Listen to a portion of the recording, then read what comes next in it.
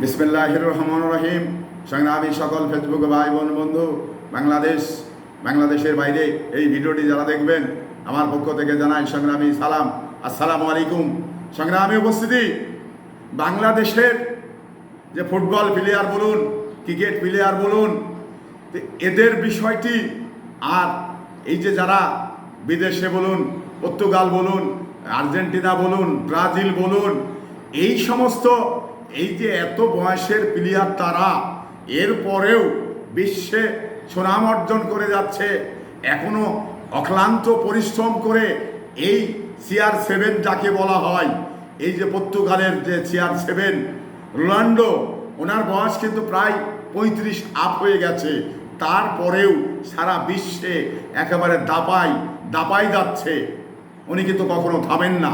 কিন্তু বাংলাদেশের প্লেয়ার এত ছোট বয়সের, তারপরেও এত হালকা বয়সের ছেলেপেলেগুলো তারা যে খেলছে, একটা খেলায় অন্তত তাদের সুনাম আমি দেখিনি।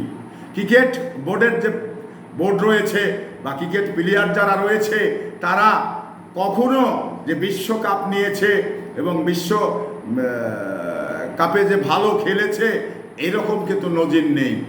বাংলাদেশে একটি রাষ্ট্র, তাহলে তাকে রাষ্ট্রীয়ভাবে তাদের বেতন দেওয়া হয়, তাদের মানে খেলার প্র্যাকটিসের মাঠ দেওয়া হয়, গাড়ি দেওয়া হয়, ইত্যাদি বিষয়গুলো তাদের বাড়ি দেওয়া হয়, ইত্যাদি বিষয়গুলো তাদের দেওয়ার পরেও এই ধরনের মানে খেলাগুলো তারা খেলতে পারেন না কেন?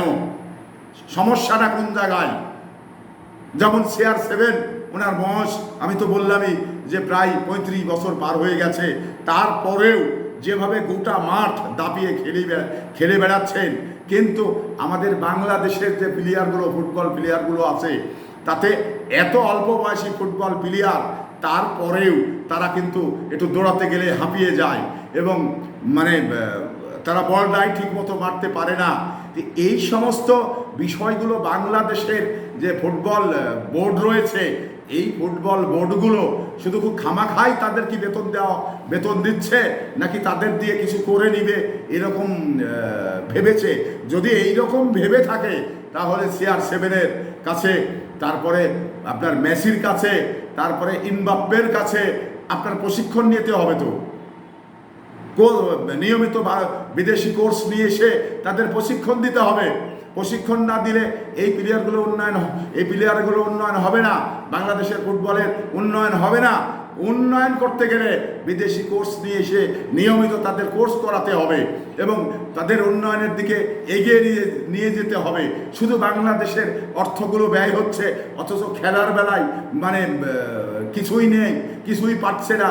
মানে বাংলাদেশ যে আসলে খেলাতে একটু সুনাম করবে, বাংলাদেশের ভাবমূর্তি উজ্জ্বল হবে, এইরকম দিকগুলো কিন্তু আমি এদের ভিতরে দেখি না। এরা শুধু বাংলাদেশের প্লেয়ার সেজে মানে বিদেশে বিমানে করে যান, নিয়মিত বেতন নেন, আসলে খেলতে গেলে কিন্তু তারা পারেন না। মানে তাদের কায়দা কৌশল, বিদেশির কাছে কায়দা কৌশলে তারা কিন্তু হেরে যান। তাহলে কায়দা কৌশলগুলো, প্র্যাকটিসগুলো তাদের তো ভালোভাবে শিখতে হবে। যদি না এখানে কোর্সের যদি সমস্যা থাকে, তাহলে ক্রিকেট বোর্ডকে বলতে হবে যে আমাদের ভালো কোর্স এনে দিতে হবে এবং ভালো মাঠ সংস্কার করার যদি প্রয়োজন থাকে, সেটা সংস্কার করে ভালো মাঠ তৈরি করতে হবে। কারণ বিশ্বের সঙ্গে তাল মিলিয়ে যদি আমাদের দেশের প্লেয়ারগুলো খেলতে না পারে, তাহলে আমাদের দেশ তো সামনের দিকে এগোবে না, পিছনের দিকেই যাবে। ক্রিকেট বোর্ড যেমন সম্মুখের দিক যাওয়া বাদ দিয়ে পিছনের দিকে যাচ্ছে, তাহলে এই যে পরিবেশ, এই পরিবেশটাতে ক্রিকেট বোর্ড এবং ফুটবল বোর্ডের যে প্লেয়ারগুলো রয়েছেন, তাদের তো নিয়মিত বেতন দেওয়া হয়, তাদের তো বাড়ি ভাড়া দেওয়া হয়, তাদের তো চিকিৎসা খরচ দেওয়া হয়। এগুলো কার টাকা? এগুলো এই দেশের জনগণের টাকা। জনগণের টাকা দিয়ে যদি জনগণের প্রত্যাশা পূরণ করতে না পারে, তাহলে এই খাতটা জনগণের টাকা দেওয়া ঠিক হবে না। জনগণের প্রত্যাশা পূরণ করার জন্যেই জনগণ আরও লাগলে আরও দিবে, এতে কোনো আপত্তি নেই। কিন্তু জনগণ চাই ভালো খেলা, বিশ্বের সঙ্গে তাল মিলিয়ে চলা। এই ধরনের পরিবেশ বাংলাদেশে তৈরি করতে হবে। এই পরিবেশ তৈরি করতে গিয়ে যা করা লাগে, সেটা ক্রিকেট বোর্ডকে করা লাগবে, রাষ্ট্রকে করা লাগবে। সেটা যদি রাষ্ট্র করতে ব্যর্থ হয়, তাহলে এই দপ্তরটাকে একবারে বাদ রাখতে হবে, কারণ এদের জনগণের ট্যাক্সের টাকা দিয়ে এদের মানে বিলাসিতা করবার যে সুযোগ, অথচ খেলবার বেলায় কিছু নেই। এই সমস্ত খাতগুলো বন্ধ করে রাখতে হবে। এই সমস্ত খাত দিয়ে উন্নয়ন করতে হলে আপনাদের প্র্যাকটিস করতে হবে, আপনারা বিশ্বের সঙ্গে তাল মিলিয়ে খেলতে হবে।